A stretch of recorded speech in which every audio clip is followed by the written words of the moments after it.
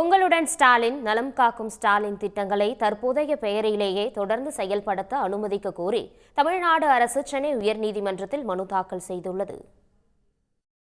உங்களுடன் ஸ்டாலின் திட்டத்தில் முதல்வரின் பெயரை பயன்படுத்த தடை விதிக்க கோரி அதிமுக முன்னாள் அமைச்சர் சி வி சண்முகம் தாக்கல் செய்த வழக்கை விசாரித்த தலைமை நீதிபதி ஸ்ரீவத்சவா மற்றும் நீதிபதி சுந்தர்மோகன் அடங்கிய அமர்வு உச்சநீதிமன்ற தீர்ப்பை மேற்கோள் காட்டி அரசு திட்டங்களின் பெயர்களில் வாழும் ஆளுமைகளின் பெயர்களை பயன்படுத்த அனுமதிக்க முடியாது எனவும் திட்டம் தொடர்பான விளம்பரங்களில் முன்னாள் முதல்வர் கட்சியின் கொள்கை தலைவர்களின் புகைப்படங்கள் இடம்பெறக்கூடாது எனவும் உத்தரவிட்டிருந்தது. இந்த உத்தரவை மாற்றியமைக்க கோரி தமிழக பொதுத்துறை செயலாளர் தரப்பில் சென்னை உயர்நீதிமன்றத்தில் மனு தாக்கல் செய்யப்பட்டுள்ளது.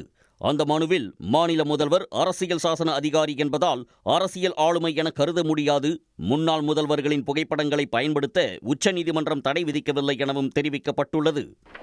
அந்த உத்தரவில் சில கிளாரிஃபிகேஷன் இருந்ததால் அந்த கிளாரிஃபிகேஷனை கொடுக்கும்படி நீதிமன்றத்தில் இன்று தமிழ்நாடு அரசின் அட்வொகேட் ஜெனரல் மற்றும் நானும் மென்ஷன் செய்தோம்.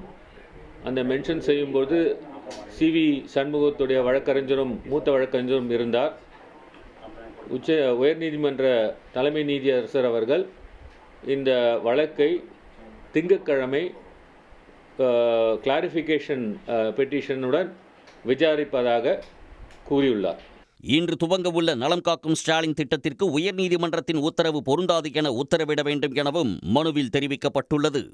உடனுக்குடன் செய்திகளை தெரிந்து கொள்ள சன் நியூஸ் பெல் ஐகானை கிளிக் பண்ணுங்க.